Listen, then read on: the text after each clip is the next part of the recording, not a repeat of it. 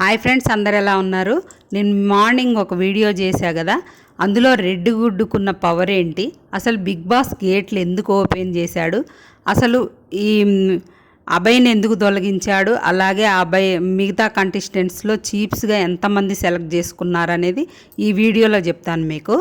First, red గుడ్డుకున్న power already Akhil team win అయింది కాబట్టి అఖిల్ టీమ్స్ దగ్గర ఎగ్స్ ఎక్కువగా ఉన్నాయి కాబట్టి వాళ్ళు ఆల్రెడీ నిఖిల్ అయితే చీప్గా సెలెక్ట్ అవుతాడు, కంటెండర్గా.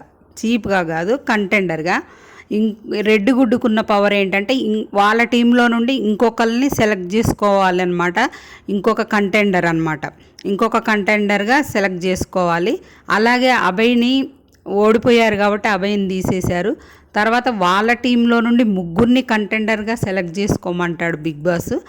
అయితే ఇప్పుడు ఒక్కళ్ళు కూడా ఈ నిఖిల్ని కన్విన్స్ చేసుకోవచ్చు, వాళ్ళల్లో వాళ్ళు నేను వెళ్ళాలంటే నేను ఆడాలి, నేను చీప్ కావాలనే వాళ్ళల్లో ఎవరిలో కూడా కోశాన కూడా అసలు ఆలోచనే లేదు.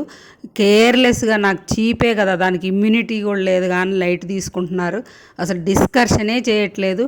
ఏదో కొద్దిగా సోనియా డిస్కషన్ చేసింది, అది కూడా నిఖిల్ వచ్చి అడిగితే ఇంకా పృథ్వీ లైట్ తీసుకుంటాడు, దానికున్న పవర్ ఏం ఉందిలే అని. ఇంకా మిగతా వాళ్ళదైతే అసలు ఏం పట్టించుకోరు అనమాట. దానివల్ల బిగ్ బాస్ ఏం చేశాడంటే గేట్లు ఓపెన్ చేసి మీకు సీరియస్నెస్ లేదు గేమ్లో, బయటికి వెళ్ళండి, ఇష్టం లేని వాళ్ళు ఆడలేననుకున్న వాళ్ళు బయటికి వెళ్ళొచ్చు అని గేట్స్ ఓపెన్ చేస్తాడనమాట.